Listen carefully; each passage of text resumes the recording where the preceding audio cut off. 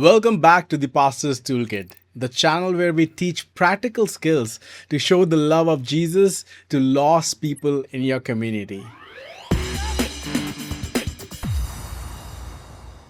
Today we are going to look at one of the most successful framework. It will get your church to live out the mission statement and the vision of Jesus. Jesus surprised everyone in the way he announced his public ministry.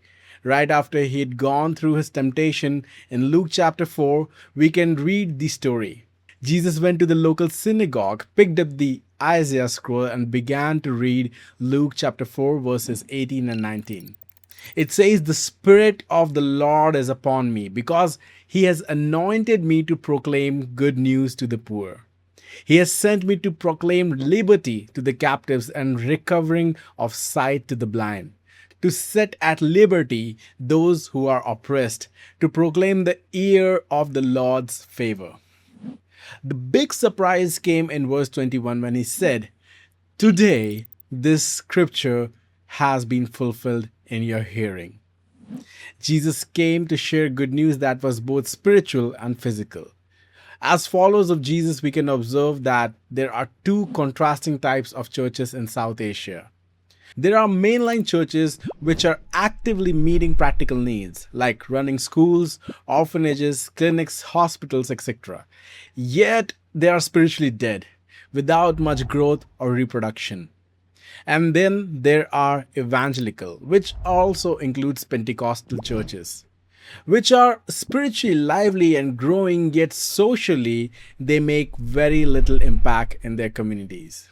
We at the Pastor's Toolkit want to see healthy, balanced churches that carry out the mission of Jesus by meeting both the spiritual and the practical needs of their communities. This week, we learn how to implement a strategy to do exactly that. We, as Jesus' church, are meant to carry out his mission in his absence. But the world is full of problems, and they can be encapsulated into five main categories that basically all of the other problems come under. We call these the five global giants. By the way, before I go further, this is another teaching that we have adapted from Pastor Rick Warren and Saddleback Church. We want to give credit where it's due. The first global giant is spiritual blindness. Only around a third of the people in the world are Christians, but that number is rapidly growing. We queried three different AIs in thinking mode to get these estimates.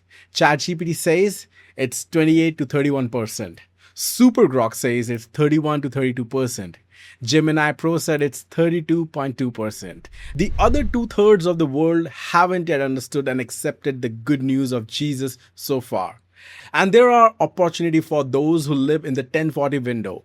There's a greater concentration of lost people here than anywhere else. Now, you might be wondering, what is this 1040 window? Imagine a map of the world.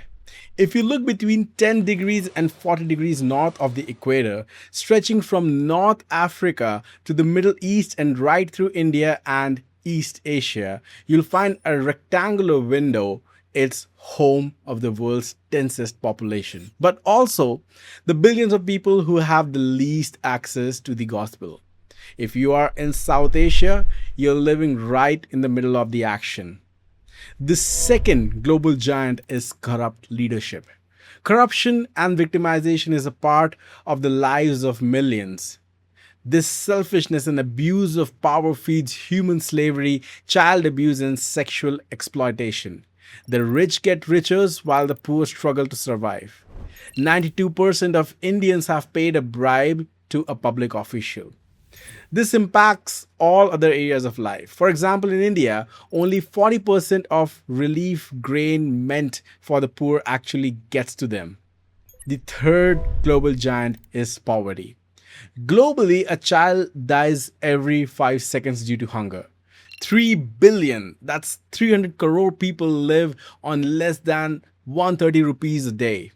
80% of all people live on less than 640 rupees a day. One third of the world lives in slums. There are often cycles of generational poverty that are difficult to escape from. The fourth giant is preventable diseases. 27,000 children die per day due to unclean water.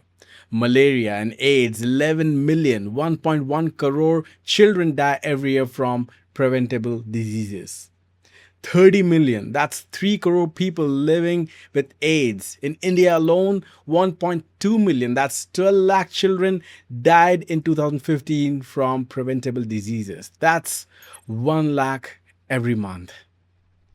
The fifth global giant is illiteracy. Over 1 billion people are still illiterate, of which two-thirds are women. 121 million, that's 12.1 crore children today are not being educated.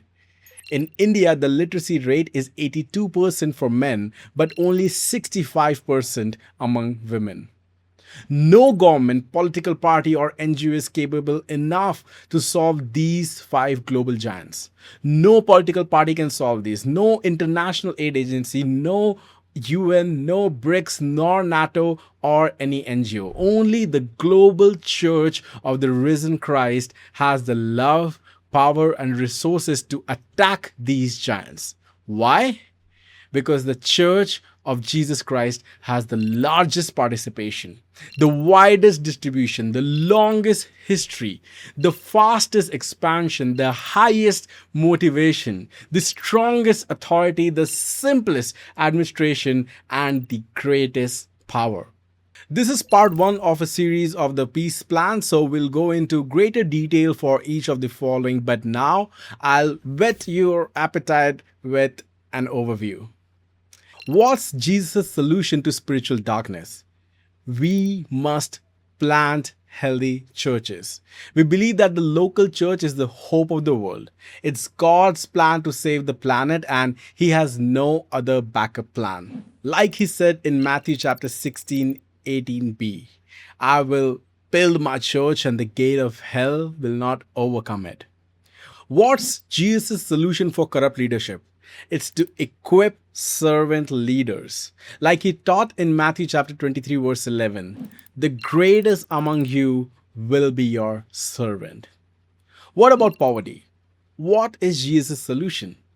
He wants His church to assist the poor with sustainable solutions, not merely handouts. Proverbs chapter 29 verse 7 teaches us, the godly cares about the rights of the poor. The wicked don't care at all. What's Jesus' solution to preventable diseases?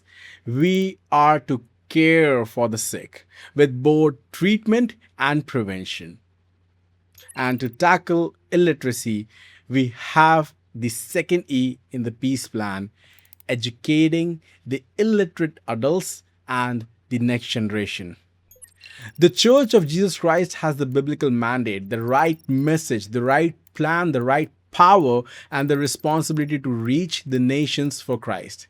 In the following videos in the series, we are going to dive deeper at the biblical backing for each part of the peace plan, some practical startup strategies, and what different levels of implementations can look like over time. Subscribe if you want to get everything.